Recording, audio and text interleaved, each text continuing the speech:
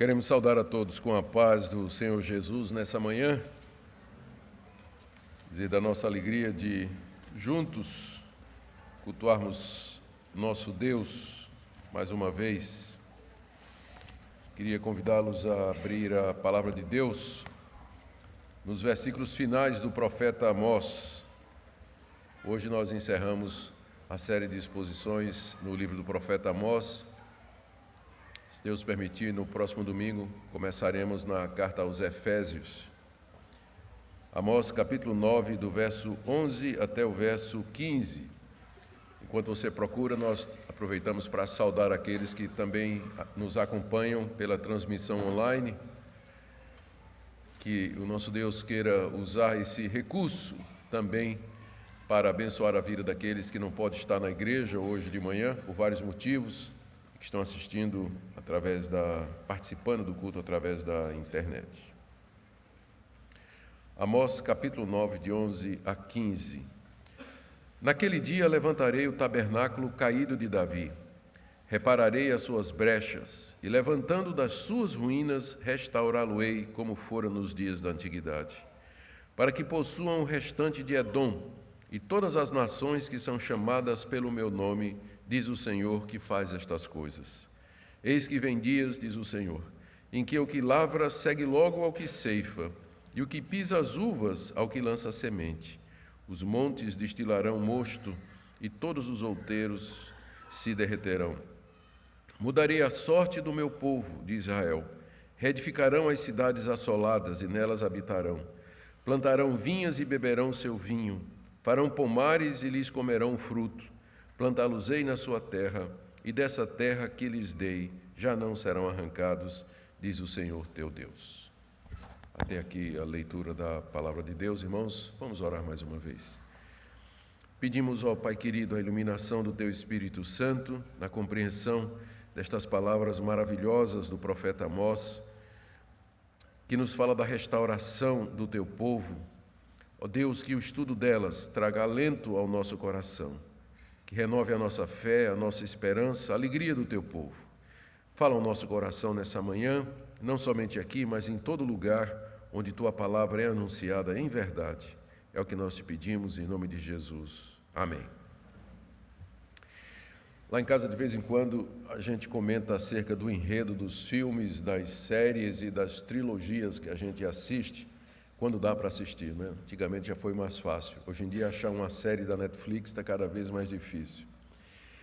E, recentemente, nós estávamos comentando, a Minka, a Ana e eu, em que praticamente em todas as produções, especialmente aquelas mais épicas, existe um enredo que está por detrás e que é igual para todas, que é o enredo que segue esse padrão aqui: criação, queda, redenção e restauração. Por exemplo, a Guerra nas Estrelas, ou ainda Senhor dos Anéis, depois o Hobbit, e para os que podem assistir sem medo de bruxaria, Harry Potter também. Então, você percebe que há esse enredo padrão por detrás. As coisas vão bem, de repente tudo vai mal, aparece o vilão, mal parece que vai dominar, surge um salvador ou um grupo salvador que luta pela libertação e o filme termina com um final feliz, com a vitória do bem e tudo mais. Esse é um enredo que está por trás de praticamente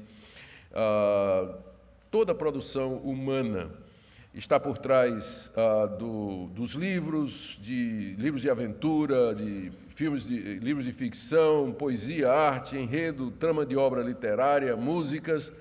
Então, esse enredo, criação, queda, redenção e restauração, parece que está impresso no coração do homem. Há um desejo, primeiro, há um reconhecimento de que o mal está no mundo. Segundo, de que nós devemos lutar contra o mal. E terceiro, todos nós ansiamos um final feliz. A razão para isso é porque nós somos feitos à imagem e semelhança de Deus. E esse é o padrão da história da redenção, pela qual Deus age na humanidade. E essa é a mensagem maior da Bíblia: criação, queda, redenção e, finalmente, restauração. Na última mensagem, nós vimos o anúncio de Amós acerca do juízo final de Deus contra as 10 tribos que habitavam no Reino do Norte. Isso foi no capítulo 9, de 7 a 10. A nação de Israel tinha perdido seus privilégios espirituais pelos pecados que havia cometido e havia se tornado como as outras nações. Inclusive, Amós as compara a nação de Israel aos etíopes. A história do Êxodo, em que Deus resgatou o seu povo do cativeiro, perdeu o seu significado pactual, uma vez que Israel não honrou a libertação que Deus lhe deu, viveu em pecado e se tornou como qualquer outra nação. Contudo, Amós nos disse, na última vez, que Deus haveria de preservar um remanescente. Nem tudo estava perdido no Reino do Norte. Havia um remanescente, um grupo que Deus haveria de guardar por amor das promessas que ele tinha feito a Abraão, Isaque e Jacó. Ele deixaria uma descendência para os patriarcas.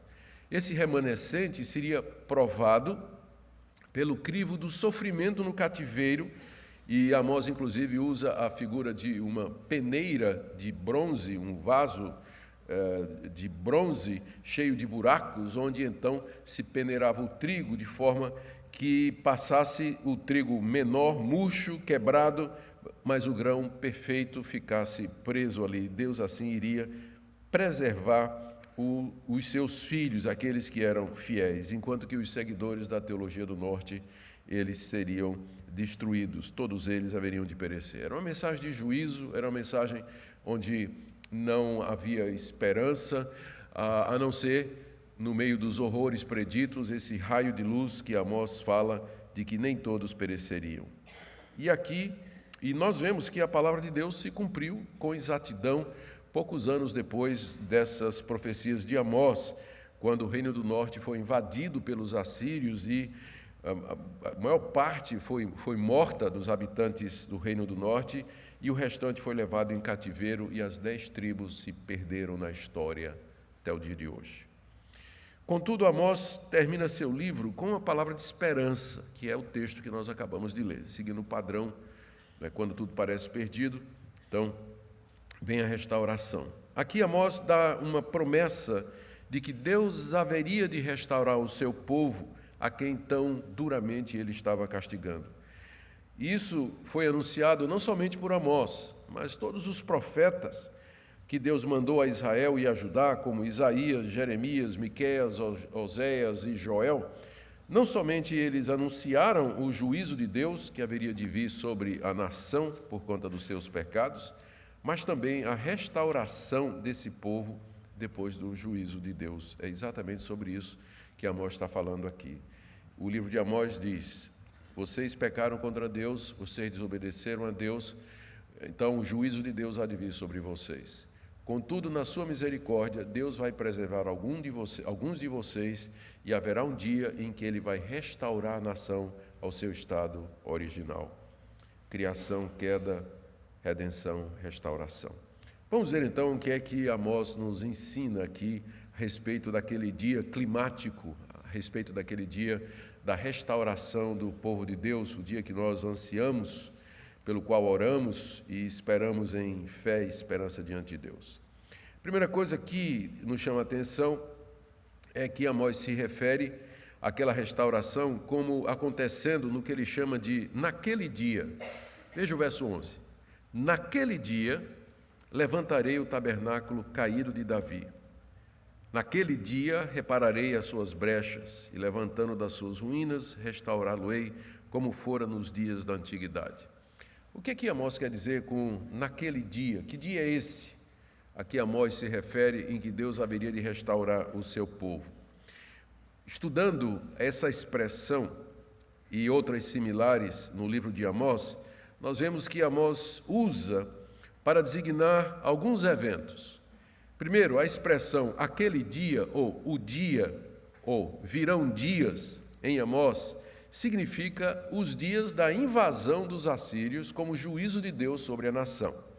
Então, por exemplo, naquele dia, capítulo 2, verso 16, o mais valente guerreiro haveria de fugir. Naquele dia, capítulo 3, verso 14, Deus destruirá o altar de Betel. Naquele dia, capítulo 4, verso 2, os nobres corruptos serão levados em cativeiro. Naquele dia, capítulo 8, verso 3, os cânticos do templo haveriam de virar em uivos e lamentações. Naquele dia, capítulo 8, verso 11, haveria fome da palavra de Deus na terra. Quando Amós usa naquele dia, dia ali significa o dia da invasão assíria, quando Deus traria os inimigos do povo de Deus como instrumento da sua justiça para punir o seu povo pelos seus próprios pecados. Então, é o dia escatológico do juízo, do terror de Deus, da ira de Deus sendo derramada sobre o seu povo. Mas também, Amós usa a expressão aquele dia no sentido do juízo final, aquele último dia dos últimos dias, no fim da história como nós conhecemos, quando Deus vai reunir todas as nações diante dele e vai julgá-las com justiça e com equidade. Esse dia é chamado em Amós de o dia do Senhor, que é também uma nomenclatura que você encontra em Isaías, Jeremias e nos demais profetas. Por exemplo, no capítulo 5, verso 18, Amós diz o seguinte: ai de vós que desejais o dia do Senhor. Para que desejais vós o dia do Senhor? É dia de trevas e não de luz. Porque os israelitas ficavam dizendo assim: o dia do Senhor é o dia em que o Senhor, na figura do Messias, virá reinar sobre todo o mundo. Israel será restaurado, os ímpios serão castigados, finalmente a justiça haverá de reinar sobre a terra. Que venha o dia do Senhor. E Amós diz: por que vocês estão querendo isso? Porque no dia do Senhor, que é o dia final, quando Deus vier fazer justiça, Ele vai começar com vocês, porque de todos vocês são os piores. Por que vocês querem o dia do Senhor? Então, nesse contexto, o dia do Senhor não é mais o dia da invasão assíria, mas é o dia do juízo final, do qual a invasão dos assírios era apenas um tipo e uma figura. O dia do Senhor é aquele dia em que Deus traria sobre a nação de Israel e todas as nações que se esqueceram dele o seu juízo final, os judeus que se esqueceram dele o seu juízo final, ao mesmo tempo que seria um dia de bênção e de regozijo para o povo de Deus. E aqui, no texto que nós lemos, então, Amós usa a expressão naquele dia para se referir a esse tempo em que Deus haveria de restaurar a nação de Israel como figura da restauração final de todas as coisas. É nesse sentido que ele usa essa expressão.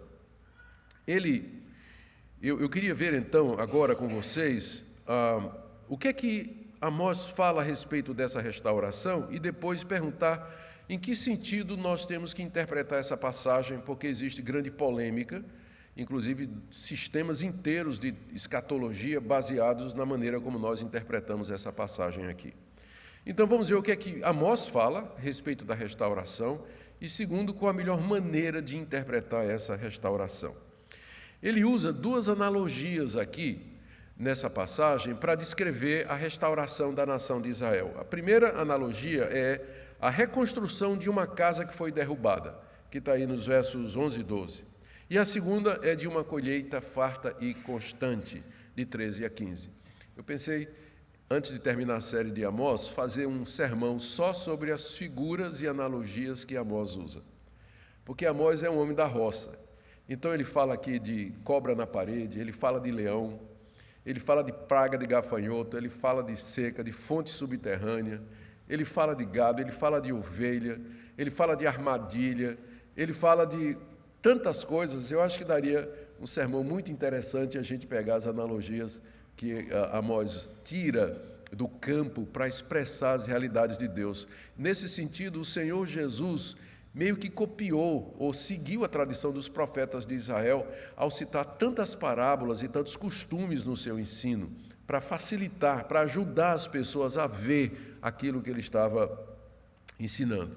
Então, Amós aqui, seguindo essa tradição, usa duas figuras. A primeira, a restauração de uma casa em ruínas, está aí nos versos 11 e 12 do capítulo 9, quando ele diz assim: naquele dia levantarei o tabernáculo caído de Davi, repararei as suas brechas, e levantando das suas ruínas, restaurá-lo-ei como fora nos dias da antiguidade, para que possuam o restante de Edom todas as nações que são chamadas pelo meu nome, diz o Senhor que faz estas coisas. Todo mundo sabia o que era reconstruir uma casa em ruínas, porque casa em ruínas era o que não faltava no Reino do Norte, quer seja pelo tempo, pelas intempéries, por uma tempestade, ou mesmo pela guerra ou pelo abandono de casas com a morte dos seus moradores. Então, num cenário do Antigo Oriente, casas meio semi-destruídas eram extremamente comuns. Paredes pela metade, cheias de brechas. Levantar uma casa, aqui é chamada de tabernáculo, habitação ou moradia. Levantar uma casa seria tapar as brechas, edificar os muros, fechar as paredes, colocar teto, reconstruí-la e deixá-la como antes. É isso que Amós está dizendo que Deus vai fazer com a nação de Israel, a qual ele acaba de profetizar que será completamente destruída. Mensagem anterior.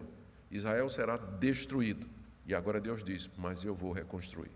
Como quem reconstrói uma casa que está em ruínas. Era isso que Deus havia de fazer com Israel. Aqui é chamado tabernáculo caído de Davi, porque é uma referência ao fato de que o reino de Davi havia sido dividido.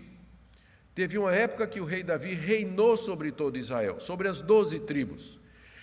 Depois veio Salomão, seu filho, reinou sobre as 12 tribos, mas quando veio Roboão, que era o filho de Salomão, aconteceu o cisma entre a casa de Davi e a casa de Israel. 10 tribos se separaram de Davi e ficaram com o reino do norte, capital Samaria. Amós foi enviado para pregar as 10 tribos. E 2 tribos ficaram com a casa de Davi, Judá e Benjamim. Então, na época de Amós, o tabernáculo de Davi estava caído, a sua casa estava dividida como uma casa em ruínas. Deus promete, então, restaurar isso, trazer de volta a casa completa, as 12 tribos debaixo do mesmo rei. Essa referência de que Davi seria restaurado como rei sobre as 12 tribos, sobre as 2 casas, como era antes que houvesse a divisão provocada por Roboão. E não somente isso, é interessante aqui, e aqui é um ponto extremamente importante que vai nos ajudar na interpretação da passagem. Davi não reinaria somente sobre as 2 casas, o reino do norte e o reino do sul, outra vez reunidos, mas ele reinaria inclusive sobre as nações, mesmo aquelas que eram inimigas. Como ele diz no verso 12, levantarei e restaurarei a casa de Davi, como era na antiguidade, para que possuam o restante de Edom. Os edomitas eram os inimigos mais ferozes dos israelitas. E mais adiante, eles, juntamente com os babilônios, vão invadir o reino do sul, Judá, e levá-los em cativeiro. Essa profecia diz que até os inimigos virão para debaixo do reinado de Davi, quando Deus restaurar a casa de Israel. Aqui Edom está representando as demais nações, como diz o verso 12, não é? Para que possuam o restante de Edom e todas as nações que são chamadas pelo meu nome. As nações são chamadas pelo nome de Deus simplesmente no sentido de que foi Deus quem criou a raça humana, Deus que criou todas as nações e que, portanto, pertencem a Ele, e Ele, como tal, pode reuni-las e chamá-las como Ele quiser. Nós vimos na mensagem anterior que Deus estava por detrás da história de muitas nações, saídas de uma, êxodo de outra, levantamento de reis, queda de reis. Nós, inclusive, destacamos esse ponto na mensagem anterior. Então, essa primeira figura, restaurar uma casa caída, significa a restauração do reino davídico, que Davi haveria de se sentar outra vez no trono de Israel, governar não somente as 12 tribos, mas ele governaria sobre o mundo todo, como Senhor absoluto de todas as coisas. É isso que significa levantar o tabernáculo de Davi. A segunda analogia é da colheita farta e constante, está aí nos versos 13 a 15. Eu vou mudar aqui um pouco a ordem em que foi dito, para ficar mais fácil de entender. Em vez de começar com o verso 13, vou começar com o verso 14, quando Amós diz assim: mudarei a sorte do meu povo de Israel. Mudar a sorte de Israel em que sentido? Israel estava sendo levado em cativeiro, Israel estava sendo destruído. O reino estava sendo perdido. Os habitantes do reino do norte seriam mortos, os santuários seriam todos derribados, toda a dinastia do rei Jeroboão II seria aniquilada e o que sobrasse seria levado em cativeiro. A profecia é de que Deus vai mudar a sorte do seu povo, que equivale ao que foi dito antes, a restauração do tabernáculo de Davi. E aí Deus vai trazer o seu povo de volta para a terra prometida. Veja o verso 14: reedificarão as cidades assoladas e nelas habitarão. As cidades que foram assoladas pelos invasores serão reedificadas, e eles morarão naquelas casas de onde eles foram expulsos. Plantarão vinhas e beberão do seu vinho. Beberão do seu vinho. Vinhas que foram destruídas, apropriadas pelos inimigos, voltariam agora para os seus legítimos donos. Farão pomares, frutas e mais frutas, e lhes comerão o fruto. Aqui é uma promessa de que Deus, de fato, vai trazer seu povo de volta para a terra prometida. Eles vão reedificar as cidades, vão morar outra vez nelas, plantar vinha, beber do vinho, comer das frutas dos pomares e tudo mais. E naqueles dias, a frutificação seria tão abundante que o trigo ia colher mais depressa, e o trigo cresceria mais depressa do que poderia ser colhido. Verso 13: eis que vem dias, diz o Senhor, olha a expressão dias, não é? Se referindo, como eu disse, aqui à restauração. Eis que vem dias, naquele dia, diz o Senhor, em que o que lavra segue logo ao que ceifa. Você pode imaginar, o sujeito ceifando, né? Colhendo o trigo, e atrás dele já vem um cabra plantando, porque é muito e cresce rápido. A ideia é de fartura. O trigo crescia tão rápido que quase não dava tempo para colher. E a mesma coisa, ainda no verso 13, o que pisa as uvas aos que lançam a semente. Quando a uva era colhida, ela era pisada nos lagares. Os lagares eram tanques, onde a uva era jogada, e o pessoal lavava os pés, né, e ficava trotando em cima das uvas para esmagar a uva, e tinha um canalzinho por onde saía o suco da uva, que era levado então para os barris e os tonéis, onde era devidamente fermentado para fazer suco de uva, não é? Já que não pode falar em vinho. Então, suco de uva era feito dessa maneira, não é? Mas está dizendo aqui que era tanto vinho, que não era tanta uva, que diz aqui que o que pisa a uva vai estar logo depois ao que lança a semente. Ou seja, é o cara lançando a semente e já vem os colhedores atrás para pegar o resultado. Isso é uma figura para dizer da prosperidade, da generosidade, da abundância, não é, que haveria naquela época. Lembrem que aquela é uma sociedade agrária, é uma sociedade que a economia dela era baseada na agricultura. Então, toda a linguagem de abundância, de prosperidade e de felicidade tem a ver com construção de casa, plantação de pomares, crescimento do gado, vaca dando cria, as vinhas produzindo uva em abundância, os pomares cheios de frutas. Era assim que se descrevia prosperidade, abundância e alegria naquela época. Essa é a linguagem que é usada aqui, para descrever esse período que Deus haveria de trazer para a nação de Israel, depois de todo o sofrimento que ele permitiria que a nação passasse. E no verso 15, ele diz, então, plantá-los-ei na sua terra, e dessa terra que lhes dei já não serão arrancados. Eles seriam arrancados agora pelos seus pecados, mas Deus diz que vai trazê-los de volta e vai plantá-los de tal maneira que ninguém haverá de arrancá-los de lá, diz o Senhor, teu Deus. Essa expressão, teu Deus, lembra o fato de que Deus é o Deus de Israel, é o Deus da aliança, o Deus da promessa, o Deus que faz todas essas coisas por conta da sua fidelidade, do seu amor leal. A grande pergunta agora é, de que maneira nós interpretamos estas promessas de restauração? Está o profeta falando de alguma coisa, de uma restauração literal?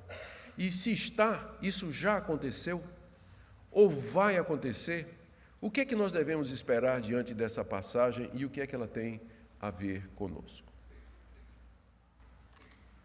Deixe-me dizer algumas coisas com relação a isso aqui, depois fazer uma conclusão. Cerca de 30 anos depois que Amós pronunciou essas palavras, no ano 722 a.C., para ser mais exato, as 10 tribos foram levadas em cativeiro pela Assíria.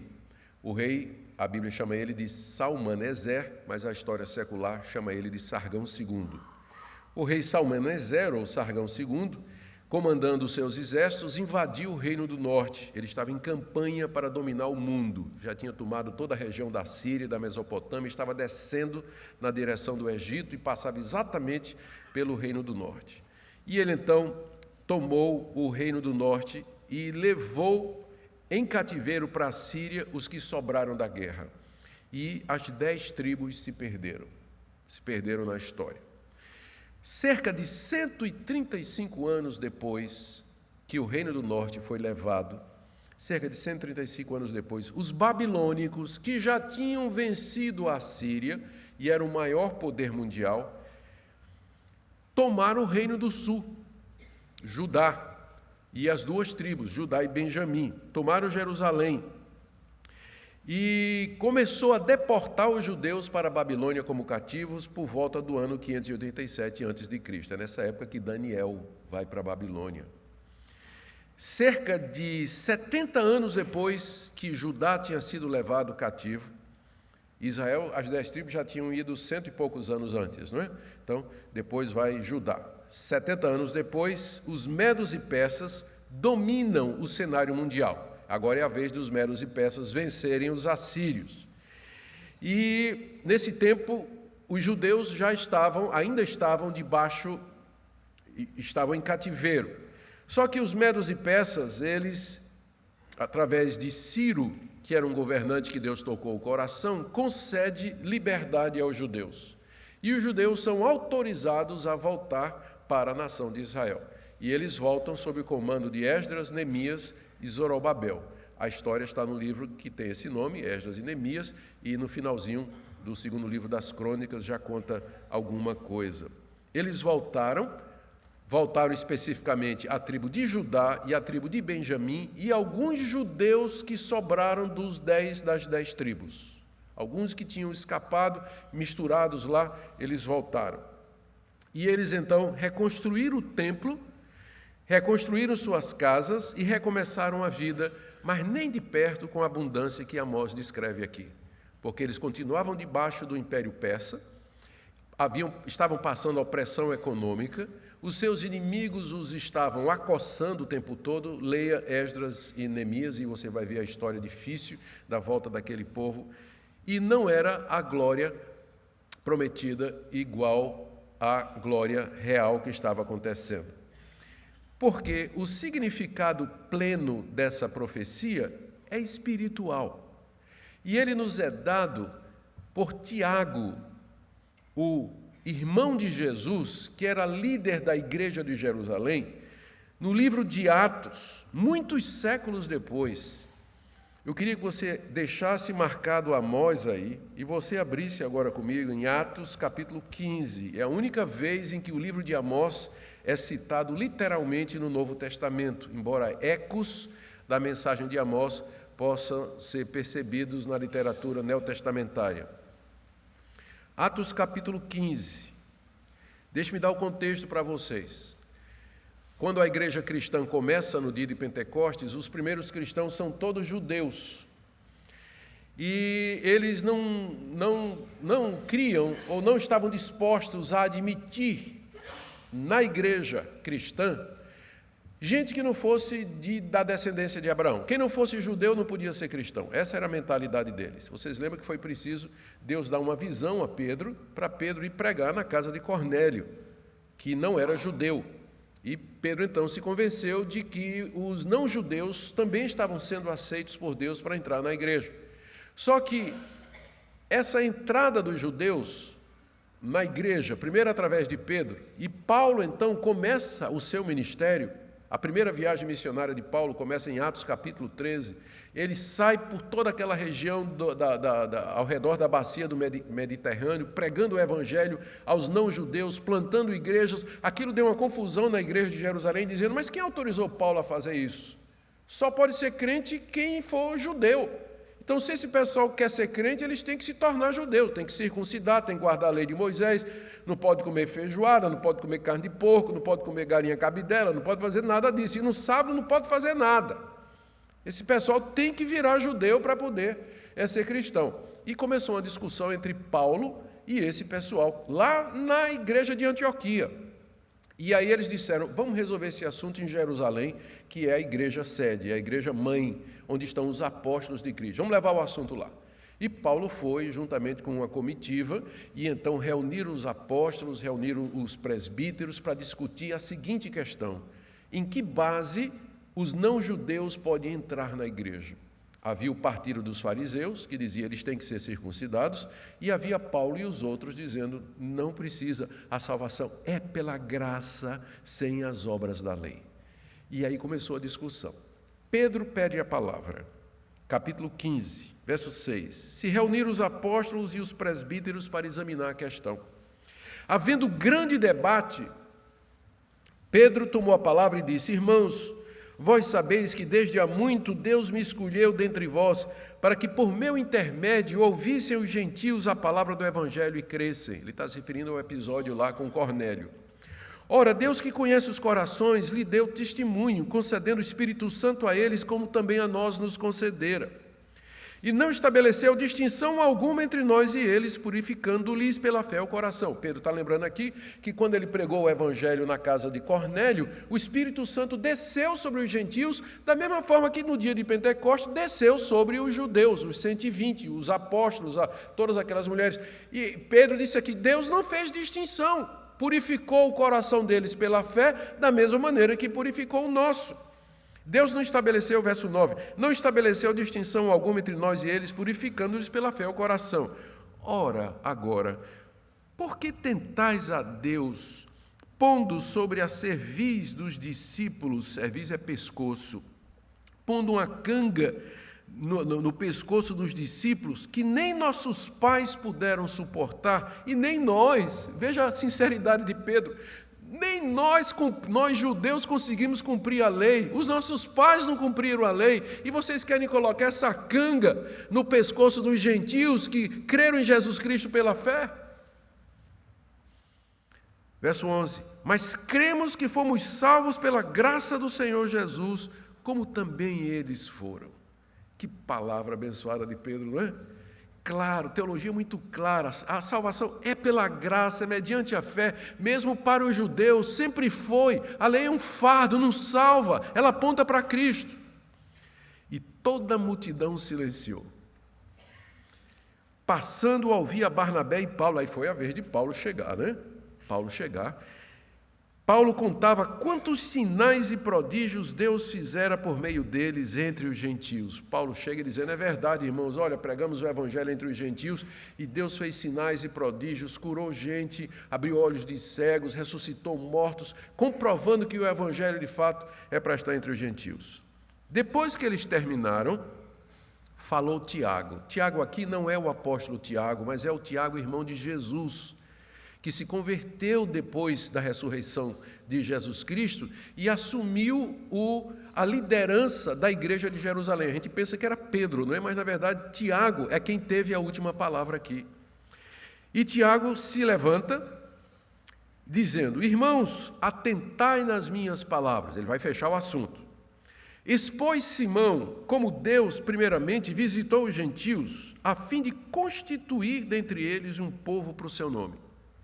Conferem com isso as palavras dos profetas, como está escrito. E adivinhe o que é que Tiago vai citar? Exatamente a passagem de Amós. Confere com isso as palavras dos profetas. Cumpridas estas coisas, voltarei e reedificarei o tabernáculo caído de Davi, e levantando de suas ruínas, restaurá-lo-ei, para que os demais homens busquem o Senhor e também todos os gentios sobre os quais tem sido invocado o meu nome, diz o Senhor que faz estas coisas conhecidas desde século. O que isso nos ensina? Como é que os apóstolos inspirados, os autores do Novo Testamento interpretaram aquela passagem de Amós? Aquela passagem de Amós se referia à igreja, a restauração de Israel é o surgimento da igreja. Davi reinando, é Cristo reinando, descendente de Davi.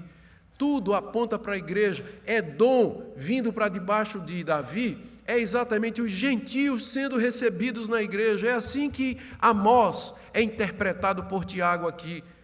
Confere as palavras dos profetas. Com isso que Pedro está dizendo, com isso que Paulo está dizendo, os profetas já anunciaram que os gentios haveriam de vir para dentro do povo de Deus e ficar sob o domínio do filho de Davi, que é Jesus Cristo. E ele cita exatamente o texto de Amós. O significado, então, daquela passagem de Amós, já que é uma regra de interpretação cristã, de que o Antigo Testamento se interpreta pelo Novo, o Antigo Testamento é interpretado pelo Novo. Seguindo essa regra, então, o que nós lemos aqui é que aquele texto estava dizendo que Cristo, o filho de Davi, reinaria espiritualmente sobre as duas casas, o reino do norte e o reino do sul, isto é, os judeus que criam nele, e que ele reinaria também sobre os gentios de todas as nações que creram no Evangelho. Aquela fartura mencionada, pomares, vinhas e trigo, são as bênçãos abundantes que Deus derramou sobre o seu povo no dia de Pentecostes, que continua a derramar hoje e que vai derramar plenamente no novo céu e na nova terra onde habita a justiça. Portanto, a promessa de restauração da nação de Israel se cumpre na morte, ressurreição, exaltação de Cristo, na conversão dos judeus, dos gentios, formando a igreja e as bênçãos espirituais que isso acompanha. Note um detalhe extremamente importante. Vocês perceberam que Tiago citou Amós literalmente, menos uma coisa. Lá em Amós, Amós começa dizendo: naquele dia levantarei o tabernáculo caído de Davi. Mas como é que Tiago diz aqui? Cumpridas estas coisas. Tiago está interpretando as palavras de Amós, porque ele entendeu que naquele dia, o dia que Amós se refere, era o dia da morte, da ressurreição, da exaltação de Cristo, do derramamento do Espírito Santo, da formação da igreja e da entrada dos gentios. É um evento, é um complexo escatológico. Por isso ele diz, cumpridas estas coisas. É nesse sentido, então, que nós vamos entender essa passagem. Portanto, a promessa de restauração se refere à igreja, que é o tabernáculo restaurado de Davi. A igreja é o povo de Deus em quem as promessas feitas a Davi se cumpriram. Por isso que no Novo Testamento a igreja é chamada do Israel de Deus. Por isso que o cristão é chamado do verdadeiro descendente de Abraão. Por isso que o Novo Testamento sempre olha para as promessas feitas a Israel, aplicando-as a si, como, por exemplo, Paulo dizendo, tudo o que antes foi escrito para nosso ensino foi escrito, nós cristãos. Uma vez que um judeu crê em Jesus Cristo, ele é cristão igual a você e a mim. O que é que nós podemos aprender, então, dessa passagem maravilhosa, embora de difícil interpretação? Eu quero tirar aqui alguns pontos para encerrar. Primeiro, que nós devemos interpretar o Antigo Testamento à luz do Novo. Nós temos que ver de que maneira os autores inspirados do Novo Testamento interpretaram as profecias, de que maneira eles aplicaram as palavras dos profetas. E se nós fizermos isso, nós veremos que Deus já cumpriu as promessas de restauração que ele fez à nação de Israel. Muitos irmãos creem que Deus ainda trará as 12 tribos para a terra de Israel, que os judeus em massa se converterão e que Cristo reinará sobre eles por 1000 anos no reinado literal e físico. Muitos queridos irmãos, bons teólogos pensam dessa maneira. Eles interpretam essa palavra de Amós e outras semelhantes de maneira literal. Contudo, a nossa interpretação, seguindo a interpretação de Tiago, que interpretou espiritualmente, é que essas promessas se cumprem na igreja, sobre a qual o Senhor Jesus já reina agora e plenamente na sua vinda. A outra lição que eu quero tirar aqui é o amor fiel de Deus ao seu povo e a sua fidelidade e sua compaixão. Deus cumpriu o que prometeu a Abraão, Isaque e Jacó, o que ele prometeu a Davi, na pessoa do Senhor Jesus, que é a consumação das promessas, que é o fim da lei, que é o reconhecimento da veracidade de Deus. Tudo que Deus prometeu encontra cumprimento na pessoa de Jesus e na formação da sua igreja. E aqui nós vemos a compaixão de Deus em nos incluir. Nós somos o restante de Edom, lá da profecia de Amós. Nós somos o restante de Edom, que Deus trouxe para debaixo do reinado de Davi, do filho de Davi, que é o Senhor Jesus. Veja a compaixão de Deus em nos incluir na salvação que Ele prometeu somente à nação de Israel. Uma quarta lição que eu quero tirar aqui é que a nossa fonte de esperança, conforto e encorajamento aqui nesse mundo está somente nas promessas de Deus, no perdão de pecados que Ele oferece em Cristo Jesus, na inclusão no seu povo, na participação no Espírito Santo e nos poderes do mundo vindouro e também na certeza plena de que aquele padrão, criação, queda, redenção, restauração, haverá de vencer e que há um final feliz para o povo de Deus. Eu termino então com uma palavra aqui a você que se encontra caído, como uma casa em ruínas, uma casa cheia de brechas. Sua vida parece uma casa abandonada. Deus é o Deus que age assim, queda, restauração. Esse é o plano dele, esse é o projeto dele. Ele pode levantar a sua casa, ele pode restaurar a sua vida, você pode recomeçar, você pode ser perdoado, transformado, ter uma vida nova. Porque é assim que Deus age, esse é o padrão dele agir. E por isso você pode confiar que se você se arrepender, se você chegar a Deus, confessar os seus pecados e dizer: Deus, minha vida é como uma casa em ruínas, um muro cheio de brechas, você encontrará misericórdia, perdão e poder desse Deus para transformar sua vida, reerguer você como nos dias antigos e fazer de você uma nova criatura. Outra palavra eu queria trazer para aqueles que estão sofrendo aqui, com doenças, doença em casa, problema com os filhos, doença nos filhos, problema financeiro, estão passando apertado, passando por angústias. Lembre que a história não acabou. Criação, queda, restauração, redenção e restauração. Há um final feliz para o povo de Deus. Enquanto nós estamos aqui nesse mundo, nós estamos vivendo esse momento de luta, de batalha épica, batalha espiritual ao nosso redor, em que o sofrimento faz parte desse momento da história, mas a história caminha para um fim já determinado por Deus, em que Ele vai restaurar o seu povo, onde o pomar dará fruto abundante, onde das uvas nós tiraremos o mais excelente vinho, figuras que os profetas usavam para descrever a abundância da glória de Deus que nos está reservada na vida eterna. Por isso, cobre ânimo. Não desanime, não desista no meio do seu sofrimento, mas se apegue às promessas desse Deus, Deus que restaura. E por último, aqueles que estão indignados com as injustiças. E não são poucos.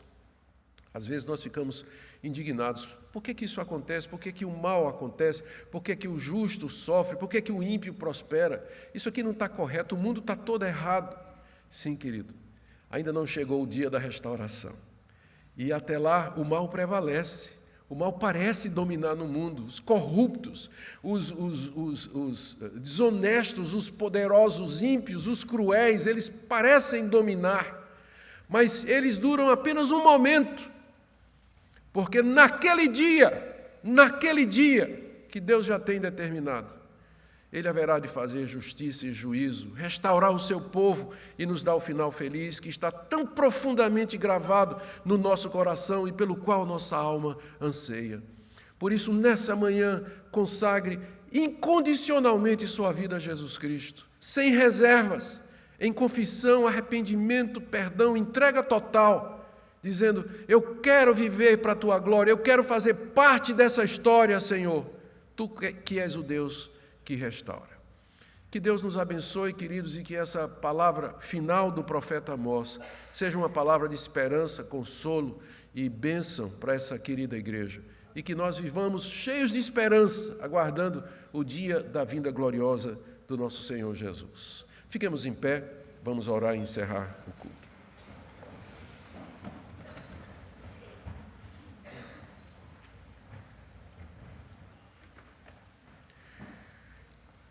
Tu és o nosso Deus, Por isso chegamos-nos a Ti, confiantes na mediação do Filho de Davi, Jesus Cristo, que morreu, ressuscitou e está sentado no trono do universo, a quem foi dado todo o poder no céu e na terra e que já domina sobre tudo e todos.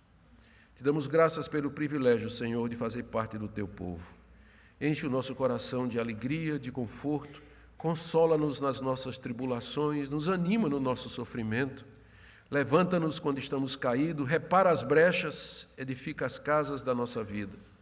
É o que nós pedimos nesta manhã, em nome de Jesus. E que a graça do nosso Senhor e Salvador Jesus Cristo, que o amor de Deus, o nosso Pai, que a comunhão e a consolação do Espírito Santo seja com o povo de Deus aqui presente,